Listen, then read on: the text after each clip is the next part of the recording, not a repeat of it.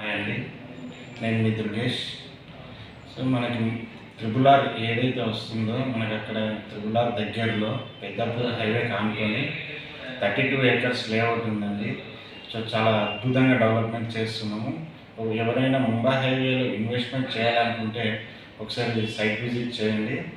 So DTCP RERA approved with bank loans కూడా ఉన్నాయి.